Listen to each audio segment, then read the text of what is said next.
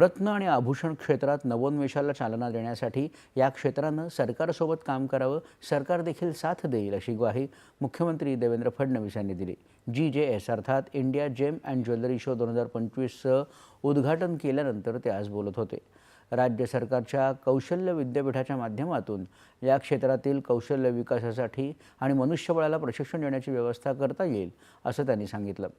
उत्पादनासाठी कमी खर्च व्हावा आणि उत्पादन निर्मितीत अधिकाधिक कौशल्याचा उपयोग व्हावा असं वातावरण सध्या जागतिक स्तरावर आहे।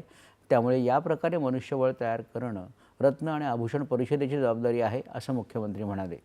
या क्षेत्रानं विविध अभ्यासक्रम सुरू करावेत अशी अपेक्षा त्यांनी व्यक्त केली।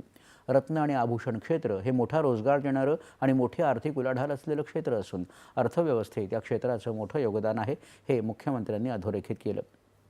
आपल्या समाजात रत्न आणि आभूषणांची 10 ते 12 हजार वर्षांपासून परंपरा आहे आणि याचे अवशेष आजही आपल्या देशात आहेत।